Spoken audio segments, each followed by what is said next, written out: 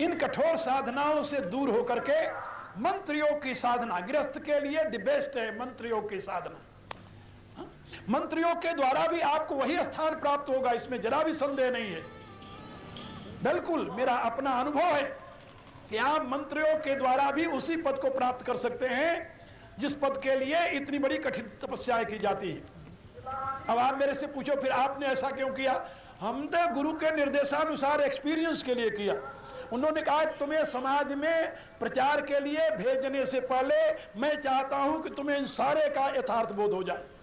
ये उनका निर्देश था, इसलिए हमें सारा करना हुआ, नहीं तो कोई जरूरत नहीं थी। एक ही साधना से सब सद जाता है। खैर, तो आप लोग याद रखें, चेतना को नीचे से ऊपर ले जाना है, इसी को आरुक्षो भगवान ने कहा है, चढ़ाई।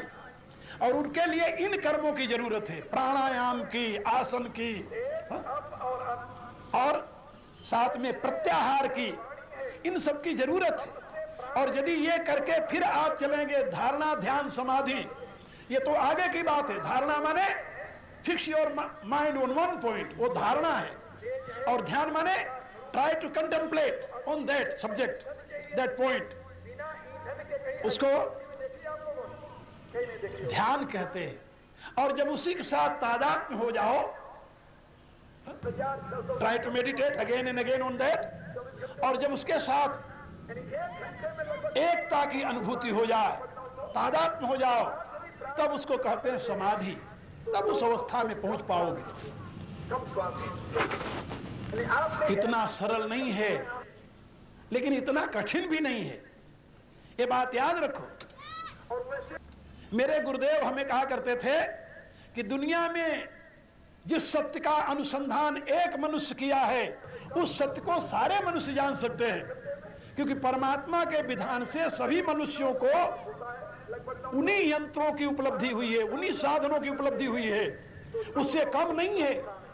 भगवान ने जो साधन, जो इंद्रियां, शरीर मेरे को दिया, वही आप सबको दिया है। उसमें कोई कमी नहीं रखी है भगवान ने, वहां पार्शलिटी नहीं हुई है। आवश्यकता है उसके सदुपयोग की। यदि आप उसका सदुपयोग करें, जैसे प्राण के सदुपयोग की मैंने बात कही आपसे, इतना अमूल्य आपका प्राण है, उसका आप दुरुपयोग करें, परमात्मा क्या करेगा? परमात्मा वह शक्ति है जो आपको आवश्यकता अनुसार शक्ति से भर देता है, लेकिन उसका सदुपयोग करना, दुरुपयोग करना आपके ऊपर निर्भर करता है। याद रखो, इसी को तो पुरुषार्थ कहते हैं। पुरुषार्थ माने जिसके सदुपयोग और दुरुपयोग में आप स्वतंत्र हैं, लेकिन आप मनुष्य होने के नाते यदि आप सतमार्ग पर चलते हैं तो आपके द्वारा शुद्ध इन्वायरमेंट क्रिएट होता है, वाइब्रेशन क्रिएट होता है, तरंगे निकलती हैं और समाज को भी आनंदित करती हैं। और यदि आप गलत रास्ते पर चलते हैं तो आप अपना ही हित नहीं करते, बल्कि समाज के लिए एक घातक जंतु सिद्ध होते हैं। याद रखो, मनुष्य की प्रत्येक अच्छी बुरी क्रिया का इंपैक्ट मानव समाज पर पड़ता है। इस केवल मानव समाज पर नहीं, प्राणी मात्र पर पड़ता है। आप लोगों ने सुना होगा, जहां महात्मा लोग रहते हैं वहां सांप अपनी गति से शांत हो जाता है। कई बार ऐसी घटनाएं हुई हैं, बहुत लोग जानते हैं। हमारे आश्रम में यहाँ वो सांपों का घर था, जब हम लोग वहां गए थे। दिन में रात में सांप चारों तरफ घूमते रहते थे, लेकिन कभी ऐसा नहीं हुआ किसी सांप ने किसी को काटा हो या कोई अहित किया हो। कई घटनाएं ऐसी हुई। ये मनीषा जो आपके सामने बैठी हुई है, एक बार ये सो रही थी मेरे साधना वाले कमरे में, और इतने में एक सांप आया, बहुत लंबा होगा, लंबा 7 फुट का, और आ करके इसके ऊपर ऐसे वो भी पड़ गया, और पड़ा रहा थोड़ी देर तक। वहां से उसने अपनी केचुल छोड़ी और चला गया। मैं उन दिनों विदेश में था। मेरी शिष्यादि कृष्णकांता, जो बड़ी दीदी के नाम से जानी जाती हैं, वो अचानक आई और उन्होंने देखा तो उन्होंने ये नहीं समझा केचुल है, उन्होंने कहा कि तो सांप है। पहले आवाज लगाया, इसको ये बोली नहीं, घोर निद्रा में थी, थक गई थी, तो आवाज लगाया। जब नहीं बोली तो उनको शंका हुई कि तो खत्म हो गई, क्योंकि सांप ऊपर देखा। अब वो घबराए, क्या किया जाए। इतने में धीरे धीरे वो नजदीक गए, देखा तो सांप नहीं है तो केचुल है, क्योंकि बहुत ताजी छोड़ है तो ऐसा केचुल सांप ऐसा ही लगता है। तो उन्होंने धीरे से केचुल उठा करके इसको हिलाया तो जग गई। क्या बात है, आप ऐसे घबराए क्यों? कहा कुछ नहीं, बताया नहीं, इसे कहीं ऐसा हो कि डर जाए और सोचे कि ये सांप कहां से आ गया। और बाद में उन्होंने बताया कि ये देखो ये स्थिति हुई। तो हमारे यहां कई बार ऐसी घटनाएं हुई, लेकिन सांप ने कभी कुछ नहीं कहा। क्यों नहीं कहा जानते हो? वहां पर हमेशा भजन का एनवायरमेंट है, साधन का एनवायरमेंट है, पवित्र वातावरण है। जहां पवित्र वातावरण होता है वहां पर तुलसीदास जी ने भी लिखा है, जी नहीं निरखी मग सांपी निबीछी तजई विषम विष तामस तीछी। ये जो तामसिक जीव है वो भी अपने स्वभाव को छोड़ देते हैं, वो भी शांत हो जाते हैं। आप तो यहां तक सुने होंगे कि ऋषियों के यहां तो शेर, चीते, बाघ साथ साथ बैठ करके वहां पर आनंद लेते थे। ऐसी स्थिति होती थी। केवल इन्वायरमेंट, उनके वेब्स के द्वारा, जो वेब्स उनके शरीर से निकलता है। तो यदि आप सज्जन हैं तो आपके शरीर से जो वेब्स निकलेगा, तरंगे निकलेंगी, वो सारे समाज को कल्याण नहीं कर देंगे, यहां तक कि जंतुओं को भी उत्थान की दिशा में आगे बढ़ा देंगे। वो जंतु जो आपके एनवायरमेंट में रहेंगे, जो क्रमशः 84 लाख योनियां भोग करके आने वाले हैं, वो तुरंत वहीं से मनुष्यता के पात्र बन जाएंगे। महाभारत में इसका वर्णन है। ये कीड़ा तुरंत मनुष्यता का पात्र बन गया व्यासदेव के संसर्ग से। तो मेरे कहने का प्राय कि आपका जीवन यदि पवित्र है, संयमित है, तो आप समाज के लिए वरदान सिद्ध होंगे, और यदि आपका जीवन दूषित है तो समाज के लिए अभिशाप सिद्ध होंगे। आध्यात्मिक उन्नति का अर्थ केवल व्यक्तिगत उन्नति नहीं है, ये भूल जाओ। वे लोग अज्ञानी हैं, अबोध हैं, सही माने विवेकहीन हैं, जो ये समझते हैं कि आध्यात्मिक उन्नति तो व्यक्तिगत स्वार्थ के लिए की जाती है। नहीं, उसमें समाज का हित निहित है। जिस समाज में अधिक से अधिक उन्नत आत्मा के लोग होंगे, वो समाज हमेशा पवित्र होगा। ये तो कभी ऐसा हुआ ही नहीं कि किसी देश में, किसी राष्ट्र में, किसी समाज में सारे के सारे मनुष्य तत्वज्ञ बन जाएं। ऐसा तो न कभी हुआ है, न होता है, न होगा।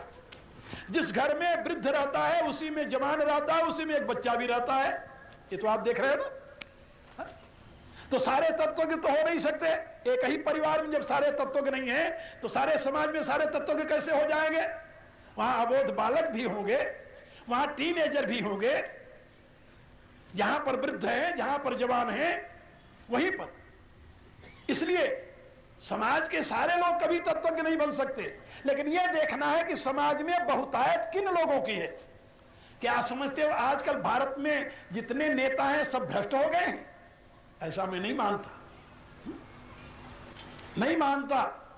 जहां पर 50 वर्षों की स्वतंत्रता में इस देश को लूटने वाले, अपने अहम को पुष्ट करने वाले, अपने स्वार्थ की सिद्धि वाले नेता हुए हैं, वहीं पर लाल बहादुर शास्त्री भी तो हुए हैं, जिन्होंने जब उनका शरीर छूटा तो 10,000 रुपया उनके ऊपर कर्ज था, और 10 रुपए किराए का इलाहाबाद में एक मकान था, उनका अपना मकान वो भी नहीं था। भारत के प्राइम मिनिस्टर थे वो। आप जरा सोचिए, वो भी तो थे, वो भी नेता थे कि उनको और कुछ कहो गया। कोई महात्मा तो नहीं थे, बाल बच्चे वाले थे, मेरे कहने का अभिप्राय। लेकिन ऐसे लोगों की बहुतायत कितनी है?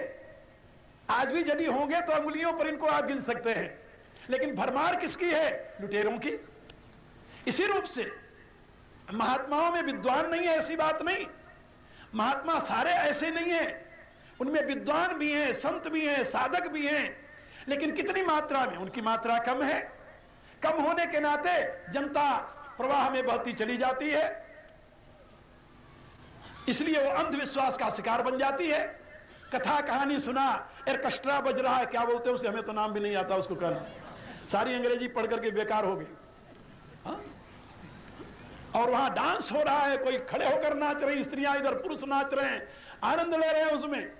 क्या हो रहा है भाई? कथा हो रही है, ये कथा है। क्या सारे विद्वान ऐसे हैं भारत में जो आपको इसी प्रकार की कथा कहानियों द्वारा आपका मनोरंजन करते रहे? और आपके जीवन में उत्थान के कोई संस्कार न हो? क्या ऐसे लोग हैं जिनको वेद शास्त्र का अवश्य अभी नहीं आता? नहीं, बड़े बड़े विद्वान पड़े हुए हैं इस देश में, आज भी बड़े बड़े योगी हैं, बड़े बड़े विद्वान हैं, लेकिन दुर्भाग्य है जनता के। जनता क्या दुर्भाग्य है? इसलिए दुर्भाग्य है कि उनका होना न होना जनता के लिए कोई अस्तित्व नहीं रखता।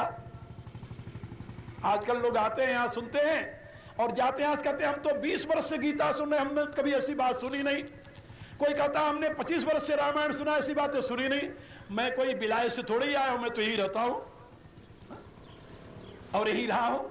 क्यों नहीं सुने आप लोग? आखिर क्या कारण था उसमें?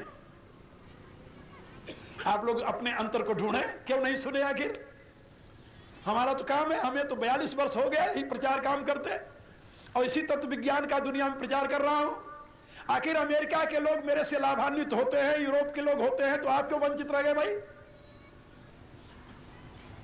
मैं आपको क्या बताऊं, जब हमारे ये शिष्य लोग इस कार्यक्रम का आयोजन करने लगे तो लोगों ने उनसे कहा कि आप कोई पहले अच्छा गाने वाले को बुलाइए, कोई भजनीक बुलाइए, आप भी कोई ऑर्केस्ट्रा का क्या कहते हैं उसके साज सामान का व्यवस्था कीजिए, तब जनता आएगी। बाबरा जी के विचार सुनने के लिए कितने लोग आएंगे? वो तो बहुत ऊंची बात कहते हैं। लोग ये सोचते हैं तो बहुत ऊंची बात कहते हैं, ये हमारे मतलब की बात नहीं है। लेकिन मैं जो कह रहा हूं आप लोगों मतलब की बात है कि नहीं है? आप जरा सोचिए। सही माने में मेरी ये घोषणा है केवल आप यहां भारत के लिए नहीं, दुनिया भर के लिए, कि कोई भी व्यक्ति धर्म के क्षेत्र में मानव समाज को ऐसी नई बात नहीं बता सकता जो कि हमारे वेद और शास्त्र में पहले से उपस्थित न हो। क्योंकि कोई भी व्यक्ति उस परम सत्य से ऊपर नहीं जा सकता जिसका अनुसंधान हमारे ऋषियों ने किया है, योगियों ने किया है, जिनकी वाणी का, जिनके अनुभव का, जिनके विचारों का संकलन हमें शास्त्रों के रूप में उपलब्ध होता है। नई बात कोई कहां से बताएगा? हाँ, आपको नई बात की बात का करके धोखा दे सकता है कि उसने वेद नहीं पढ़ा, शास्त्र नहीं पढ़ा, साधना नहीं की, अभ्यास नहीं किया। वो आपको यही बताएगा हाँ राम राम करते हो तुम्हारा कल्याण हो जाएगा, नाचो गाओ तुम्हारा कल्याण हो जाएगा, ड्रम बजाओ तुम्हारा कल्याण हो जाएगा।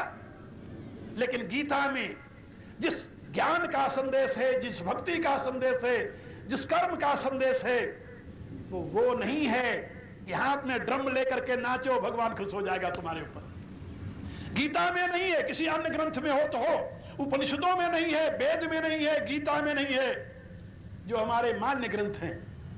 औरों की बात छोड़िए, पूरी रामचरितमानस पढ़ डालिए आप, कहीं आपको इस प्रकार की भक्ति का नमूना दिखाई दे और मुझे लाकर बताइए तो मैं आपका शिष्य बनने के लिए तैयार हूं। क्योंकि पूरी रामायण वर्णानाम नरसंहाराम से लेकर के ध्यान तीनों मानवा तक मेरे दिमाग में है, हमें कहीं नहीं दिखाई दिया।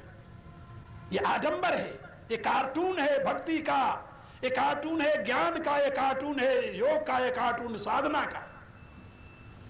यथार्थ धर्म के स्वरूप को समझो, भगवान के दिव्य संदेश को अपने जीवन में धारण करो। भगवान कहते हैं जब तुम साधना के द्वारा उच्च स्थान पर पहुंच जाओगे तब क्या होगा? कहा योगारूढ़स्य तस्यैव समः कारणमुच्यते।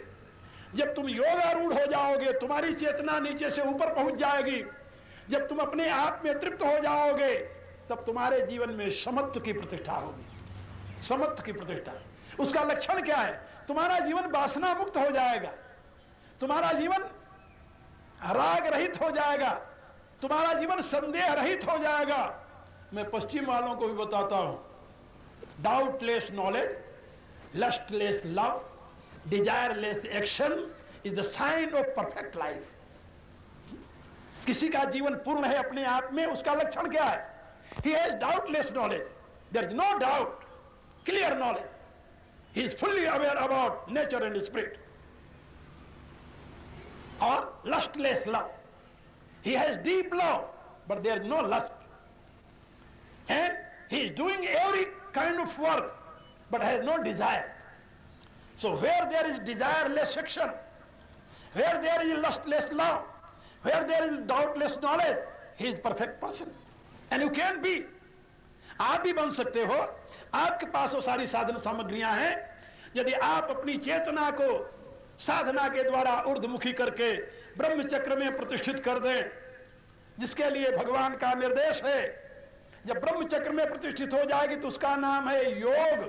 तो आरुक्षो हो मुनेर योगम, कर्म कारण मुच्यते, ये क्रियाएं उसमें कारण हैं। और योगारूढ़ से तस्सैव शमः कारण मुच्यते, जब आप योगारूढ़ हो जाएंगे तो उसमें समत अपने आप आ जाएगा, उसके लिए आपको कोशिश नहीं करनी पड़ेगी। और योगारूढ़ का लक्षण क्या है, जैसे मैंने बताया। लेकिन भगवान क्या कहते हैं, योगारूढ़ किसे कहते हैं?